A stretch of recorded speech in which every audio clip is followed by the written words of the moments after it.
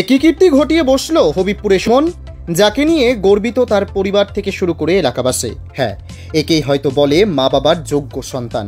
তবলা বাজিয়ে দেশের সেরা সুমন এবার সেই সুমনেরই মানবিক উদ্যোগ। কিছুদিন আগে উড়িষ্যার ভুবনেশ্বরে কেন্দ্রীয় সরকারের শিক্ষামন্ত্রক আয়োজিত জাতীয় কলা উৎসবে যোগ দিয়ে তবলা বাদক হিসেবে দেশের সেরা মুকুট ছিনিয়ে নিয়ে আসে হবিবপুরের সুমন সরকার।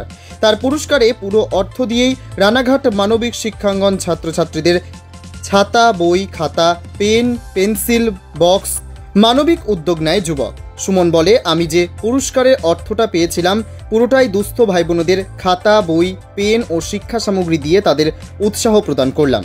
হ্যাঁ, এরকম একটা উদ্যোগ কেন নিলে তুমি? আমি ন্যাশনালে প্রথম হওয়ার পরে গোল্ড মেডেলের সাথে সাথে যেই অর্থ পুরস্কারটা পেয়েছিলাম সেটা আমার এই সামাজিক দুস্থ ভাই বোনদের মধ্যে দিয়ে আমি তাদের উৎসাহ প্রদান করতে চেষ্টা করলাম আজকে। ভবিষ্যতেও কী করতে চাইছো তুমি? ভবিষ্যতে পড়াশোনার সাথে সাথে এই তবলাটা নিয়েও মানে গান বাজনা নিয়েও এগোনো যায়, জীবনে বড় হওয়া যায়, এটাই সবাইকে নিয়ে আমি ভবিষ্যতে সমাজের নিয়ে উঠতে চাই। মোবাইল ব্যবহার না করে তবলাটাও সাথে সাথে যদি রাখা যায়। আচ্ছা, বর্তমান সময়ে দাঁড়িয়ে ছেলেপেলেরা মোবাইল নিয়ে আসক্ত হয়ে পড়ছে, বিভিন্ন গেম থেকে শুরু করে বিভিন্ন, সেই কারণে কি তোমার এরকম একটা উদ্যোগ যে মানুষ গান পড়াশোনার পাশাপাশি গান বাজনা নিয়েও? হ্যাঁ, মোবাইলের প্রতি যে অ্যাডিকশনটা সেটা যাতে না হয়, মোবাইলের সাথে সাথে আপনার পড়াশোনার সাথে সাথে যদি গান বাজনা নিয়েও এগোনো যায় সেই বিষয়ে। আচ্ছা, তাহলে তুমি কোথা থেকে অ্যাওয়ার্ড পেয়েছিলে? আমি পেয়েছি ন্যাশনাল অ্যাওয়ার্ড কলা উৎসবের ভুবনেশ্বর থেকে। আচ্ছা, সেই পুরো অর্থটাই তো এদের মধ্যে বিতরণ করে দিলে? এদের উৎসাহ প্রদান করার জন্য এদের মধ্যে দিলাম। আচ্ছা, না, বর্তমান সময়ে দাঁড়িয়ে সবাই সবার নিজেরটা ভাবে, তুমি এদেরটা ভাবলে এরকম মানবিক মুখ কেন আসলো মনে, এরকম করা উচিত? হ্যাঁ, যাতে ভাই বোনদের নিয়েও যাতে এগোনো যায়, আমাদের দেশটাকে আরও সাংস্কৃতিকের দিকে নিয়ে যাওয়া যায়। সাংস্কৃতিকটা আজকাল মানে বিলুপ্ত হয়ে যাচ্ছে আস্তে আস্তে, এটাকে তুলে ধরার জন্য সবাইকে নিয়ে এগোতে চাচ্ছি। তোমার নাম? আমার নাম সুমন সরকার। বাড়ি রাঘবপুর।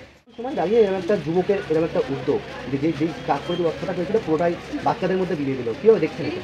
খুব সুন্দর, এবং মানসিকতার দিক থেকে আরও এগিয়ে যাক। এইভাবে যদি সমাজকে যদি গড়ে তুলতে পারে, অনেক দূর সমাজে যারা দুস্থ আছে, যারা পিছিয়ে পড়া আছে, তাদেরকে অনেক আগিয়ে দিতে পারবে। ওর শুভকামনা করি, এবং আরও তবলা যেন সারা বিশ্বে যেন ওর নামটা ছড়িয়ে পড়ে। আজকে কতজনকে তা বইখানে তুলে দিল? 42 জনকে। 42 জনকে।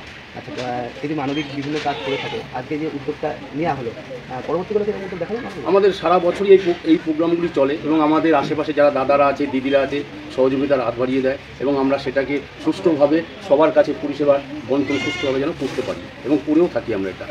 ঠিক আছে, আপনার নাম? আমার নাম সমীর দত্ত, মানবিক রানাঘাটের সম্পাদক।